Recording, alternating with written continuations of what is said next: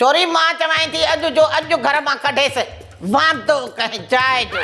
अम्मा अकुल कर ये छो थी चवी छो कढा मां मिठल के हू त मुंहिंजो जानू आहे। जानू आ माणे जो ज़रूरत ॾे असांजो कुझु बि न आहे। अम्मा ये घर ॾाटे ते कब्जो त न कर मामा वलू जी आखिरी निशानी आ। शर्म कर छोरी कुझु हया करे बुॾड़ जहिड़ी। छो मां मूं प्यार कयो आहे केड़ो वोट विड़ी चोरी करे धरती मां खे लुटियो थम जो शर्म कया। इहो असांजे घर अचे छो थो असांजो थे छा न असांजे रत में न भत में। अम्मा मामा वलू जो पालतू पुट आहे मिठल के घर मां न कढ।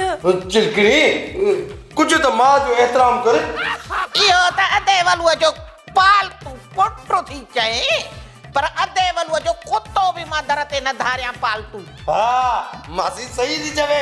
तू त चुप कर पुराने ट्रैक्टर जा साइलेंसर तू जी पढ़ायल पट्टी त अम्मा पढ़े पई। कुछ कोन थे असांजो अदो वलू जेल में ए वनी पवे रेल में। हाँ बस फैसलो थी वियो कुछ कोन थे असांजो। कहिड़ो माइट असांजो। अम्मा माइट्री करण में केरी देर लगंदी हींअर ई मौलवी घुराए निकाह पढ़ाए छॾ त माइट्री थी वेंदी। खबरदार जो आईंदा मिली आहिनि मिठूअ सां जंहिं मिठल सां मिलंदे ॾिठो मां न त टंगू गोॾनि खां भञी छॾींदी सां। चिलकड़ी मां जी ॻाल्हि मंझ। ठीक आहे अॼु खां पोइ लिकी लिकी मिलंदासीं। ॿुधई छा चई हुई। हिन खे ख़बर ई न आहे सेठियाणी सिर ॾींदी आहे सुर कंहिंखे बि न आहे ॾींदी। हा मां पाण ई पुॼंदी सान। बस मासी को वारो कर कुर्ब कर बाक़ी ये छोकरी मुझे हथर में कोन ही नहीं।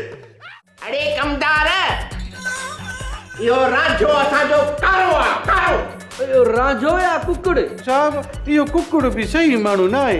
गुल्लू मां तोखे 1000 भेरा समझायो आहे त हीर ते कड़ी नज़र रख। जेकॾहिं तुंहिंजी हीर ते कड़ी नज़र हुजे हा त रांझो हिते अचे ई न। साहब तव्हां सही था चओ भला गुल्लू हीरे ते कड़ी नज़र कीअं रखंदो। ही त हीर में बुरी नज़र विझी वेठो आहे साहब। ज़ुबान संभाले ॻाल्हाए कमदार कुराड़ा। मुंहिंजो मतिलब त बुखी नज़र कुकीड़ा नेठ त जेगड़ी में पवंदी न। खबरदार हीर कुकड़ न आहे मुंहिंजे दिल जो शौक़ आहे शौक़। हीर में बुखियूं नज़रूं न विझो बाक़ी ॿीहर रांझो अचे त देगड़ीअ जो महिमान कजो ऐं अल्लड़ खे बि अल्टीमेटम ॾेई छॾियो। सोप सीरियल मश्करनि जो ॻोठ सीज़न 2 जा तमाम एपिसोड्स ॾिसो हाणे HD क्वालिटीअ में। विज़िट करियो असांजो YouTube channel Sindh TV HD drama.